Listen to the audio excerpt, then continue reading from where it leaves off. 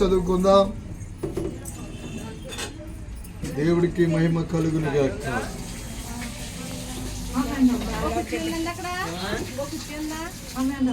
సామెతల గ్రంథము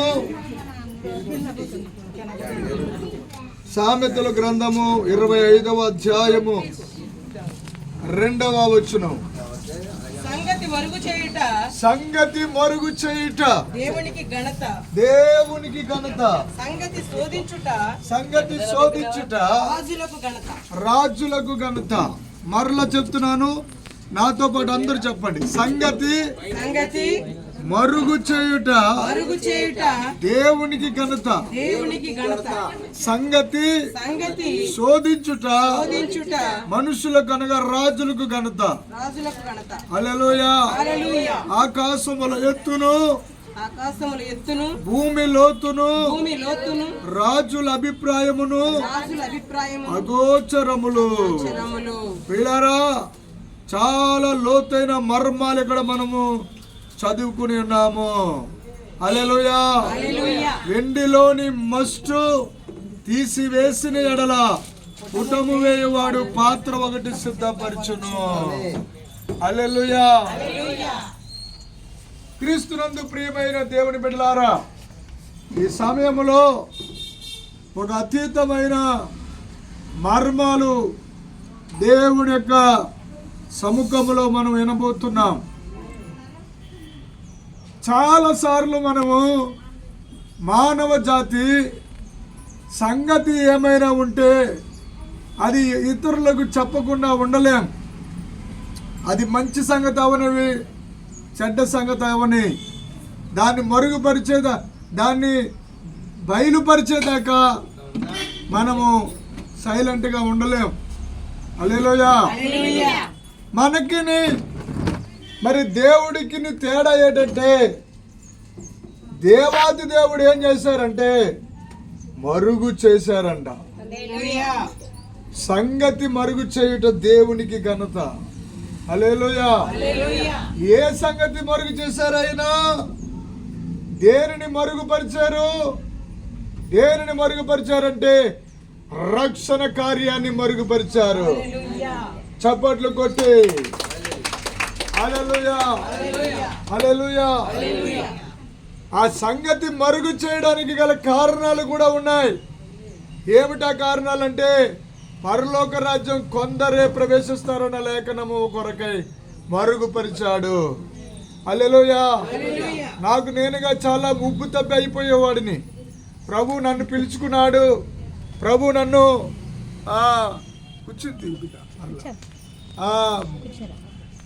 ప్రభు నన్ను ఏర్పాటు చేసుకున్నాడు అని చాలా ఉబ్బితబ్బి అయిపోతూ ఉండేవాడిని, చాలా ఆనందిస్తూ ఉండేవాడిని.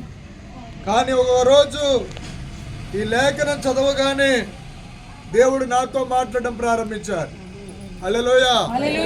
చాలా మంది మనం ప్రార్థన చేస్తూ ఉంటాం, రక్షణ పొందాలి, రక్షణ పొందాలి, ఫలానా వారు రక్షణ పొందాలి అని. హల్లెలూయా. అంటే ఆత్మ రక్షణ కోసం మనందరినీ దేవుడు ప్రార్థన చేయమన్నాడు. హల్లెలూయా. అది దేవుడు మనకిచ్చిన బాధ్యత. ఆమేన్.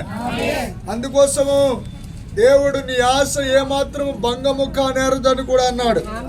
24:14 వచ్చిన చదవండి. సామెతలు. నీ ఆత్మకు జ్ఞానము అట్టిదని తెలుసుకో. అబ్బాయి, జ్ఞానము నీకు దొరికిందంటే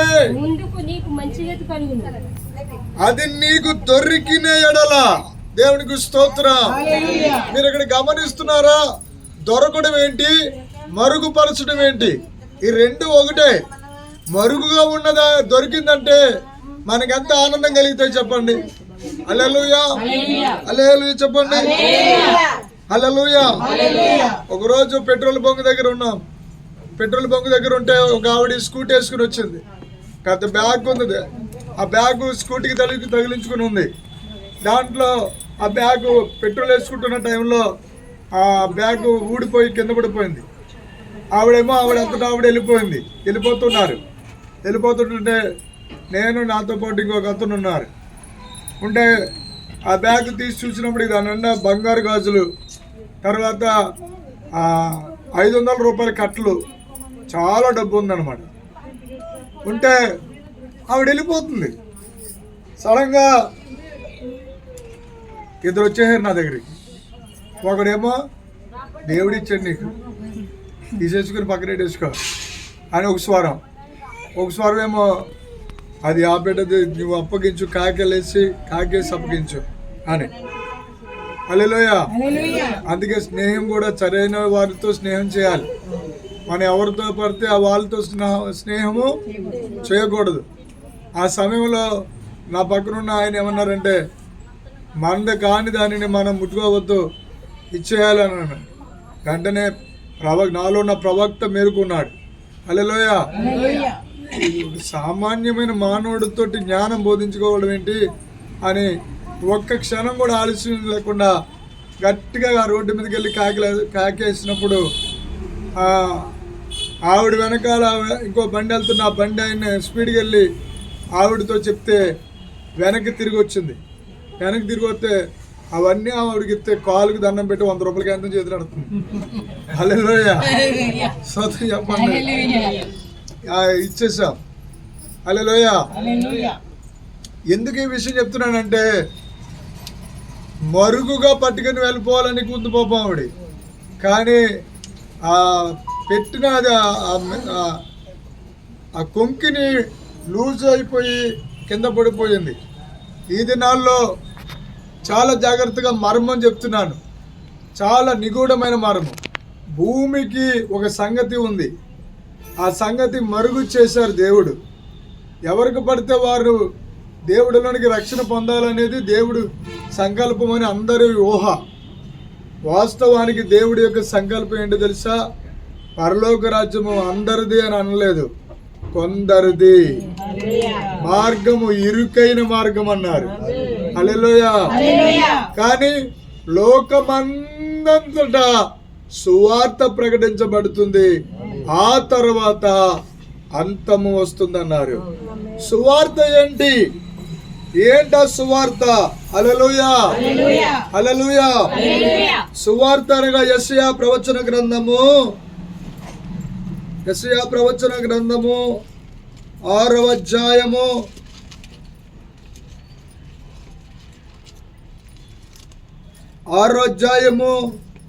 3వ వచనం చదవండి. వారి సైన్యములకు అధిపతి యెహోవా, సైన్యాలకే అధిపతి అయిన యెహోవా పరిశుద్ధుడు పరిశుద్ధుడు పరిశుద్ధుడు. ఎన్నిసార్లు రాస్తున్నా చెప్పాలి? 3 సార్లు. హల్లెలూయా. హల్లెలూయా. పరిశుద్ధుడు పరిశుద్ధుడు పరిశుద్ధుడు పరిశుద్ధుడు పరిశుద్ధుడు. సర్వలోకము ఆయన మహిమతో నిండి ఉన్నది. సర్వలోకము ఆయన మహిమతో నిండి ఉన్నది అన్నాడా? నిండుచున్నది అన్నాడా? నిండి ఉన్నది అని గొప్ప స్వరముతో గాన ప్రతి గానములు చేయుచుండిరి. అంటే భవిష్యత్తును దృష్టిలో ఉంచుకుని దేవదూతలందరూ పండుగ చేసుకుంటున్నారు, ఎల్లప్పుడూ పండుగ చేసుకుంటున్నారు. తర్వాత మళ్ళీ ఒక మర్మం చెప్తున్నానండి. దేవుడు ఒక మహిమై ఉన్నారు, ఒక వెలుగై ఉన్నారు. దేవుణ్ణి చూడలేకట 2 రెక్కలతో ముఖం కప్పుకుంటున్నాయంట దేవదూతలు, 2 రెక్కలతో ఎగురుతున్నాయంట. హల్లెలూయా. 2 రెక్కలతో తమ యొక్క పనులన్నీ చేసుకుంటున్నాయి. ఇంతగా దేవదూతలకు ఎన్ని రెక్కలు ఉన్నట్టు? 6 రెక్కలు ఉన్నాయి. దేవుడికి స్తోత్రం. మీలో ఎవరైనా దేవదూతను చూసారా లేదో కానీ నేను దేవదూతను చూడడం జరిగింది. హల్లెలూయా. ఆ దేవదూత చాలా బలమైన దేహ దారుఢ్యం కలిగి ఉన్నాడు. ఆ దేవదూతతో పాటు మరొక దేవదూత కూడా పక్కనే ఉంది. 2 దేవదూతలను నేను చూశాను. అలా చూసే సమయంలో ఆకాశము అలా మేఘామృతంగా మారిపోవడం చూశాను. అలాగా మేఘంలో నుంచి ఆ పెద్ద మనుషులు బయటికి రావడం జరిగింది. వారు ఎదుట నేను చాలా చిన్నవాడిగా ఉన్నాను. అప్పుడు వారు నన్ను చాలా మర్యాదతో గౌరవిస్తున్నారు. చాలా వారి ముఖాల్లో తేజస్సు ఉంది, వారి ముఖాల్లో చిరునవ్వు ఉంది. ఎందుకు వీరు అంతగా ప్రేమిస్తున్నారని చూస్తే మనం నా మనసుకు నాకు అర్థమైపోతుంది ఏంటంటే నేను దేవుని కొడుకుని కాబట్టి. చప్పట్లో కొట్టి హల్లెలూయా హల్లెలూయా. ఆ క్షణములో నా నోరు తెరవబడడం నేను చూశాను.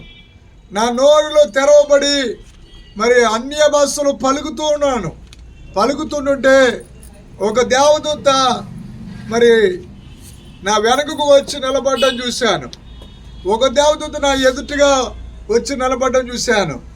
రెక్కలతో అలాగా కప్పుతున్నట్టుగా చూశాను. హల్లెలూయా. అంటే అప్పుడు నాకు పరిశుద్ధాత్మ దేవుడు మెలకువ తీసుకొచ్చారు. మెలకువ రాగానే నాతో వాక్యము మాట్లాడుతున్నారు పరిశుద్ధాత్మ దేవుడు. ఏమనంటే, ఇదిగో ముదిమి వచ్చే వరకు ఎత్తుకుని వాడును నేనే, తల నెరయ వరకు ఎత్తుకుని వాడును నేనే.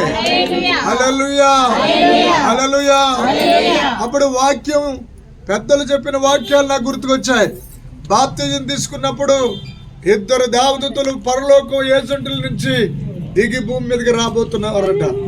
ప్రతి క్రైస్తవుడికి 2 దేవదూతలు ఉంటారు. హల్లెలూయా.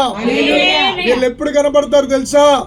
మన దేహమును ఆత్మ వదిలి బయటికి వెళ్ళగానే దేవదూతలు మనకు కనబడతాయి. స్తోత్రం చెప్పండి. హల్లెలూయా.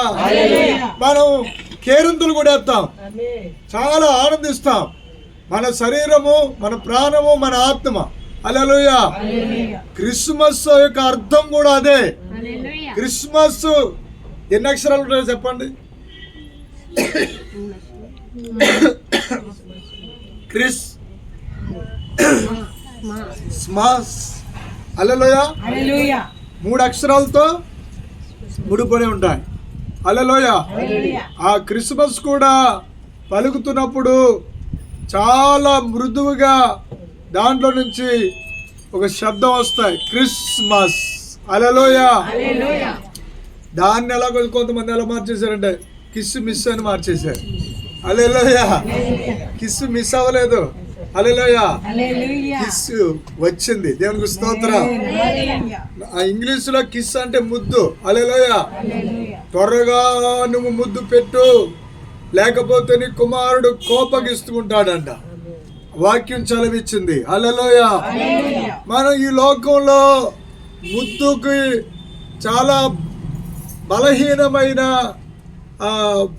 ఏదో శరీర సంబంధమైన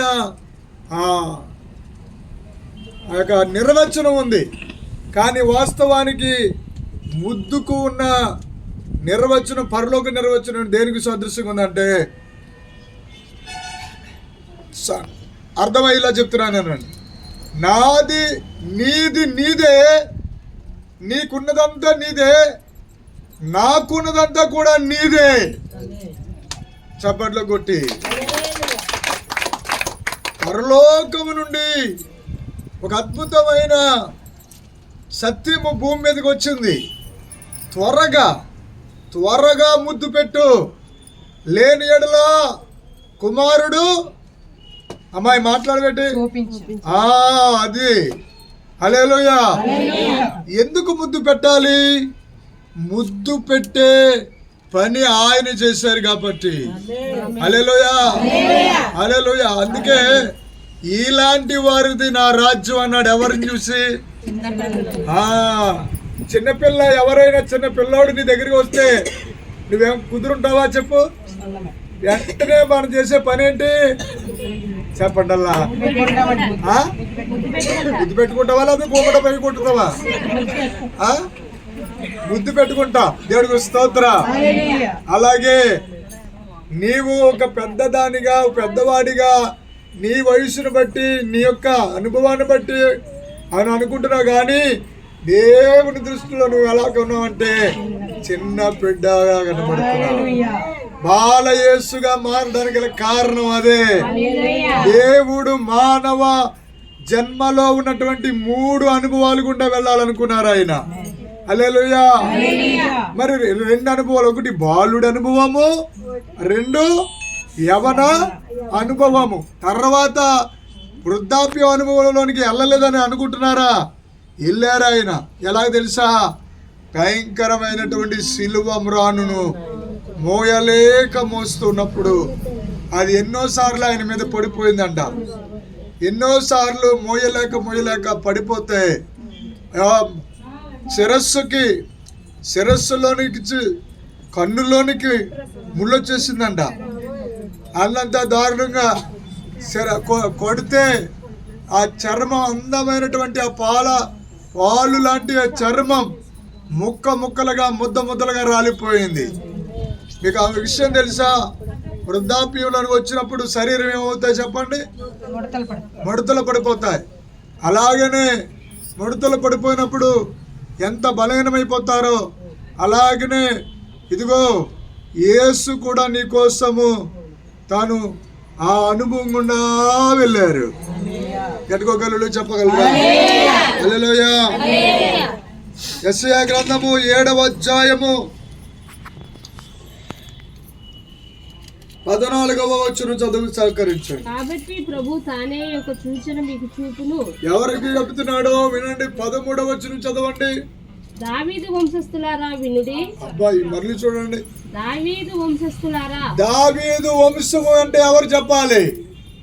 దావీదు క్యారెక్టర్ ఏంటి చెప్పండి? హల్లెలూయా.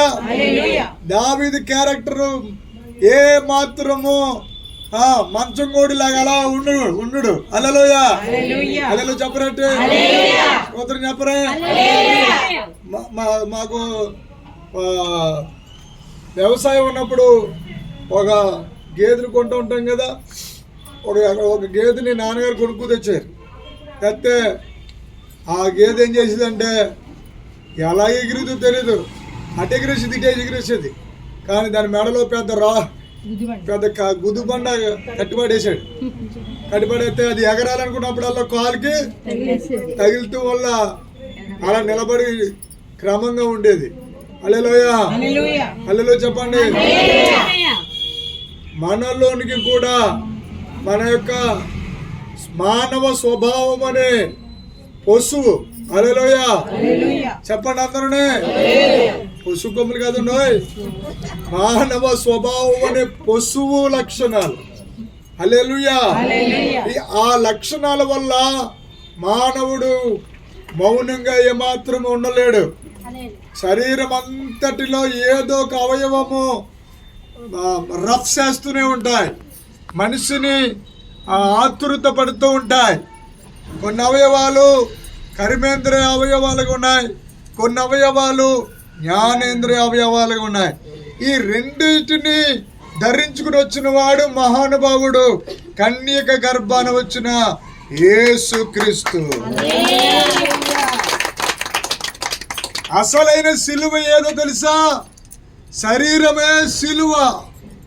అందుకే పౌలు గారు అంటారు, నేను ప్రతిరోజు సిలువ వేయబడుతున్నాను. హల్లెలూయా. సిలువ వేయబడినానంట. అందుకే ఆ పాట ఉంటది కదా, యేసు గొర్రెయ పిల్లను నేను వదకుతే పడిన గొర్రెయ పిల్ల. వచ్చిన వాళ్ళు గట్టిగా పాడండి. యేసు గొర్రెయ పిల్లను నేను వదకుతే పడిన గొర్రెయ పిల్లను దినదినము చనిపోచున్నాను యేసుక్రీస్తులో బ్రతుకుచున్నాను. హల్లెలూయా. హల్లెలూయా. అంటే మనిషి యొక్క లక్షణం ఏంటంటే ప్రతి క్షణము ఎల్లప్పుడూ ఈ శరీరము తన యొక్క ధర్మాన్ని చేసుకుంటూ వెళ్ళిపోతాయి. ప్రతి అవయవం వాటి ధర్మాలు చేసుకుంటూ వెళ్ళిపోతాయి. కానీ అదే శరీరాన్ని ధరించుకుని వచ్చిన ఒక ధర్మాత్ముడు వచ్చాడు. ఆయన పేరు పరిశుద్ధుడు. హల్లెలూయా. ఆయన రక్తం పరిశుద్ధము. కానీ ఆయన జన్మ చాలా బలహీనమైన పరిస్థితుల్లోనికి వెళ్ళవలసి వచ్చింది. మీరు ఎప్పుడైనా ఆలోచించారా? ఆయన జన్మ వృత్తాంతం చూడండి, ఎవ్వరు చోటు ఇవ్వలేదు. అంతేకాదు ఆయన మోస్తున్న మరియమ్మ గారిని ఎవ్వరు చేర్చుకోలేదు.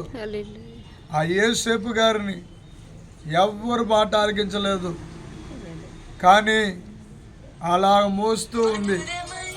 కానీ చాలా బాధ పరిస్థితి. ఒక్కసారి ఊహించుకోండి. మీ అందరు మీలో చాలామంది బిడ్డలను కన్న వాళ్ళే, అంతేకాదు చాలామంది ఆత్మీయ బిడ్డలను కూడా కన్న వాళ్ళు ఉన్నారు. అంతేకాదు ఓన్లీ గర్భంలో నుంచి పిల్లలు పుడితేనే పిల్లలు అనేది లేదు, మానసిక పిల్లలు కూడా ఉన్నారు. హల్లెలూయా. ఆ మట్టుకొస్తే మరి మేమేం పిల్లలు కనలేదు, కానీ మాలో కూడా భారం ఉంటుంది. హల్లెలూయా. హల్లెలూయా చెప్పండి, గట్టిగా చెప్పాలి. ఒక జన్మను మరొక జన్మ ఇవ్వడానికి కనీసం చోటు భూమి మీద లేదట. కానీ మరొకటి ఆలోచించండి, ఈ కాలంలో దేవుడు ఎందుకు ఈ కాలాన్ని ఎన్నుకున్నాడు? ఆయన అది కూడా డిసెంబర్ నెల. మీరు గమనించాలి, చాలా భయంకరమైన చలి, ఊపిరాడలేనంత చలి. అంతేకాదు మన సున్నితమైన అవయవాలన్నీ బద్దలసిపోతుంటాయి. పెదాలు, అవునా కదండి, చేతులు, కాళ్ళకి చాలామంది ఇప్పుడే వస్తుంది నోవా, అవునా కదా. చేతులకి ఇలా పామేసుకుంటాం, మూతులకి ఇలాగా పామేసుకున్న క్రీములు. కానీ అలాంటి టైంలో కనీసం గుడిసి దొరకలేదు. భయంకరమైన పశువుల తొట్టి దొరికింది. ఏ తొట్టే? పశువుల తొట్టిలో పొరుండబట్టారు పొత్తుగుడ్డలతో. ఏమండి, అలాంటి పుట్టుక ప్రపంచంలో ఎక్కడైనా ఉందా? ఎవరికైనా ఉందా? అట్లీస్ట్ ఎలాంటి వారు అయినా సరే అలాంటి సమయం వచ్చినప్పుడు దైత్యాలు ఇస్తాం.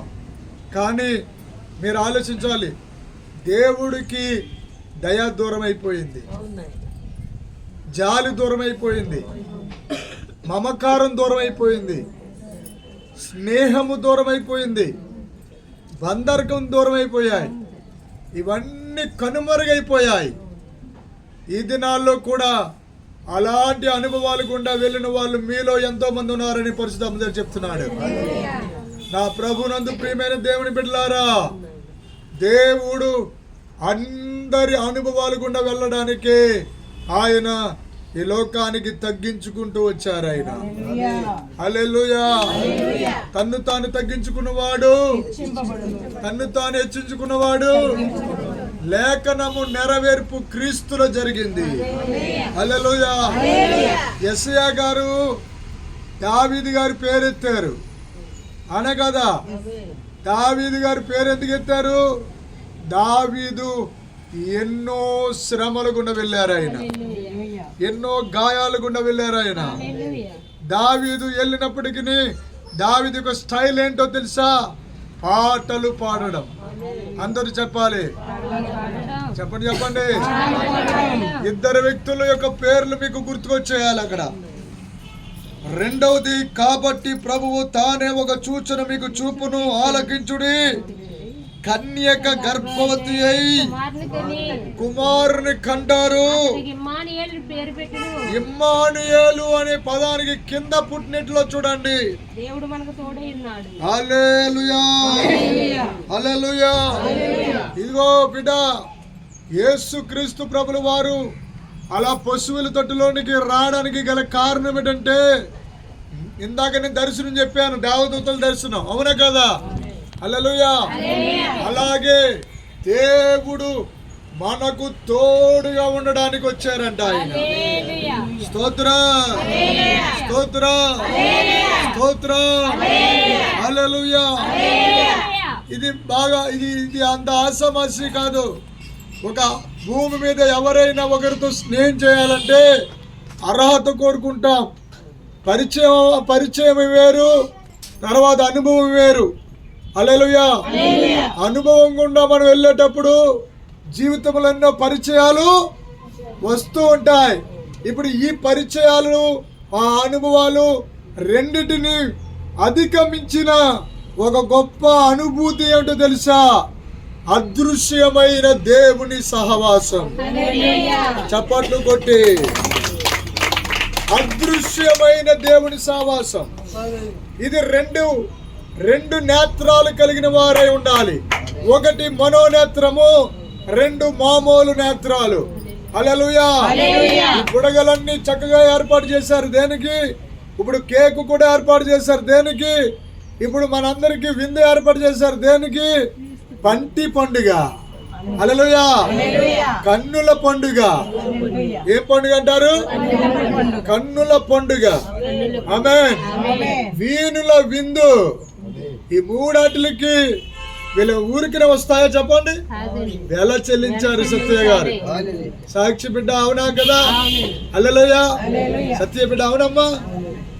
ఊరికి వచ్చేసాయి అయ్యమ్మా. ఎలా చెల్లించాలి? అలాగే ఒక పండుగ, కన్నుల పండుగ జరగడానికి భూమి మీద మనుషులు వెల చెల్లిస్తే హల్లెలూయా. అంబరాన్ అంటే అంత పండుగ ఒక మనుషుడికి వచ్చేసింది. నన్ను తీసుకెళ్ళి ఇలా చూడండి, ఒక బోన్లో నిలబెట్టారు. అన్నిటికీ ఏం పలుకుతున్నారంటే అవును అవును అంటున్నాను. దేనికి? ఇదిగో నువ్వు జన్మ పాపం చేసి వచ్చావా? అవును. కర్మ పాపం చేసి వచ్చావా? అవును. నువ్వు ఫలానా అది అవునా కదా? అవును అని అంటే ఆ బోనులోనికి ఒక వ్యక్తి వచ్చారు. హల్లెలూయా.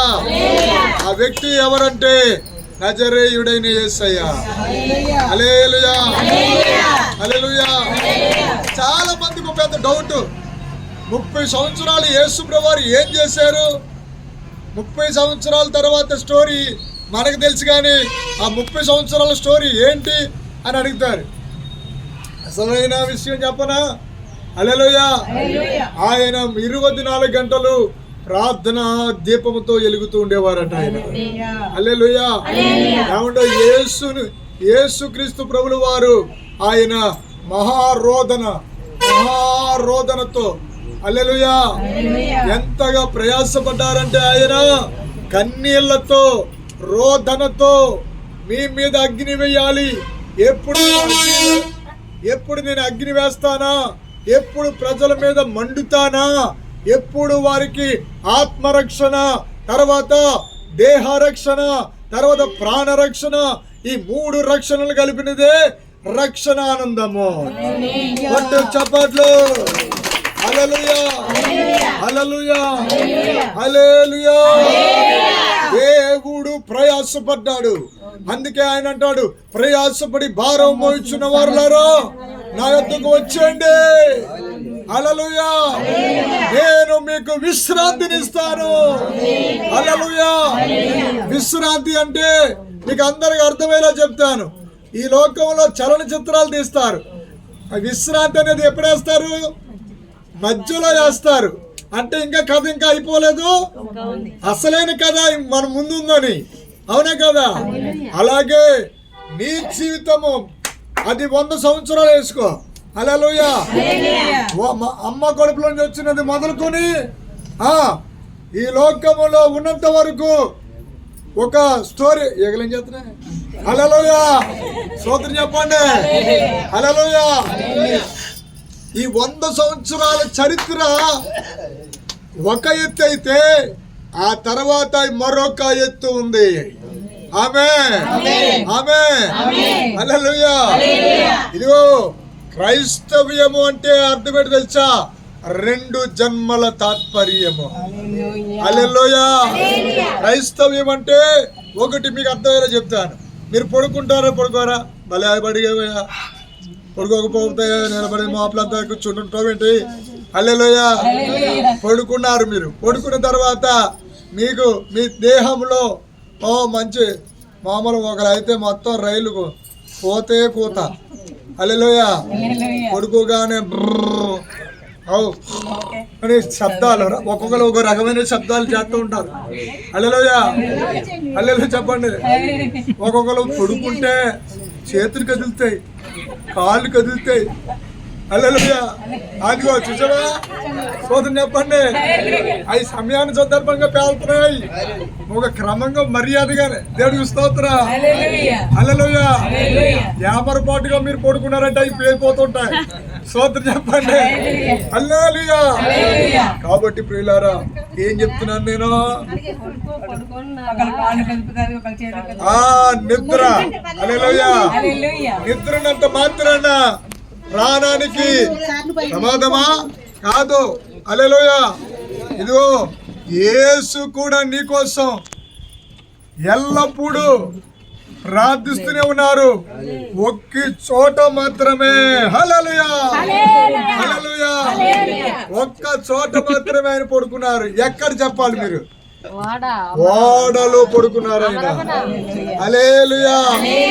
ఆ ఓడలో పడుకున్నప్పటికీ పాప మహానుభావుడు ఒక కునుకు లాగుతున్నప్పటికీ కుదురుందా ప్రకృతి? చెలరేగిపోయి రెచ్చిపోయి ఓడంతా కదిగిపోయింది. హల్లెలూయా.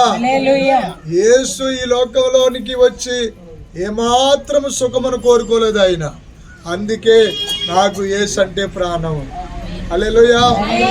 అందుకే యేసుని ఎందుకు ఆరాధించాలంటే ఆయన మానవుడు కంటే దారుణాది దారుణమైన శిక్ష కోసం ఆయన సిద్ధపడి వచ్చిన కన్య మరియ సుతుడు. హల్లెలూయా. హల్లెలూయా. ప్రభునందు ప్రియమైన దేవుని బిడ్డలారా, దేవుడు ఎందుకు వచ్చారంటే ఆయన నీకోసం కొవ్వొత్తులా కరిగిపోవడానికి వచ్చారు. హల్లెలూయా. హల్లెలూయా. ఆయన వచ్చినప్పుడు 4 అనుభవాలు జరిగాయి. ఒకటి వినాలి, ప్రపంచ జ్ఞానం. హల్లెలూయా. ప్రపంచ జ్ఞానానికి జవాబిచ్చాడు. రెండవది ఎల్లప్పుడూ బాగా వినాలి, గొర్రెల మందల్లో కాత్తనగడ తోడేలు వచ్చి అలా పుడుతుండగా పట్టుకెళ్ళిపోవడానికి తోడేలు వచ్చేట. అక్కడే గొర్రెల కాపర్లు పడుకోకుండా కాపలా కాసేవాడు. మూడవది చెప్తున్నాను. హల్లెలూయా. మూడవది జ్ఞానులు బయలుదేరారు భూమి మీదకి. యేసయ్య ఎంత మరుగుగా వచ్చాడంటే జ్ఞానులకు తప్ప మరొక ఎవరికి తెలిసిందా? ఏం చేశారు? రాజుగారి దగ్గరికి వెళ్ళారు. రాజుగారు చెప్తే రాజుగారు ఏం చేశాడు? ఇందాక మనం చదివిన సంగతి, బట్ట బయలు చేయడు రాజు విషయం. ఎవరక్కడ? రాజు పుట్టాడంట. మీరు వెళ్ళి మొత్తం 2 సంవత్సరాలు ఆ 2 సంవత్సరాలు అయిన వాళ్ళందరినీ అలాగే వేసేయండి అన్నారట. హల్లెలూయా. హల్లెలూయా. అన్నప్పటికీ మొత్తం అందరూ వెళ్ళిపోయారు. కానీ దేవుడు ఆ బిడ్డల్ని మరుగు చేసుకుంటూ వచ్చాడు. హల్లెలూయా. ఈ రోజు కూడా ఈ వాక్యం ద్వారా నీకేం చెప్తున్నాడంటే, నువ్వు ఒక విషయాన్ని నేర్చుకోవాలి, మరుగు అనే విషయాన్ని. ఆమేన్. ఆ మరుగు ప్లస్ ప్రార్థన. ఆమేన్. ప్రతి ఒక్కరూ ఏం చేయాలంటే, దైవ సంకల్పంలో ఉన్న ప్రతి ఒక్కరూ ప్రార్థన అనే ఆయుధాన్ని పట్టుకోవాలి. హల్లెలూయా. అంతేకాదు మరుగు చేయబడాలి. అప్పుడు దేవుడికి ఘనత. ఆమె చప్పట్లు కొట్టి హల్లెలూయా. నీవు నీ కుటుంబ విషయాలు, నీ వ్యక్తిగత విషయాలు, నీకు సంబంధించిన ప్రతి విషయము ఒక మహా అదృశ్యమైన వ్యక్తి ఉన్నారు. ఆయన శరీరధారుడిగా వచ్చి ఆత్మ అర్పణ చేసుకుని మన కోసము ఒక అందమైన మార్గం వేశారు. ఆయన ఆ మార్గములో వెళుతూ సత్యాన్ని పట్టుకుని జీవముతో నింపబడేటట్లు ప్రార్థన గదిలోనికి వెళ్ళాలి. హల్లెలూయా. యేసయ్య వెళ్ళారా లేదా? తెల్లవారితే సిలివేస్తారనగా యేసయ్య ఎక్కడికి వెళ్ళారు? గెత్సేమనే తోటలోకి వెళ్ళి పరుపట్టుకెళ్ళి కప్పెట్టుకుని పడుకున్నారా? ప్రార్థన. ఆమేన్. ఆమేన్. నీ లైఫ్ లో, నా లైఫ్ లో కూడా అసలైన క్రిస్మస్ ప్రతిరోజు క్రిస్మస్. హల్లెలూయా. ఏటా క్రిస్మస్ చెప్పండి? నువ్వు కళ్ళు మూయగానే ఆత్మనేత్రాలు తెరవబడతాయి. హల్లెలూయా. నువ్వు 10 నిమిషాలు స్తోత్రం చెప్తే పరలోకంలో 10 గంటలు పండుగలా ఉంటుంది అక్కడ. ఆమె నువ్వు ఎప్పుడైనా కాస్త కూస్తో పాట పాడేవంటే నిన్ను చూసి పరలోకం పరవళ్ళు తొక్కుతూ ఉంటుంది. దేవుడి మాటలు దీవించును గాక. ఆమేన్. ఆమేన్. ఆమేన్. కేక్ తీసుకున్నాం.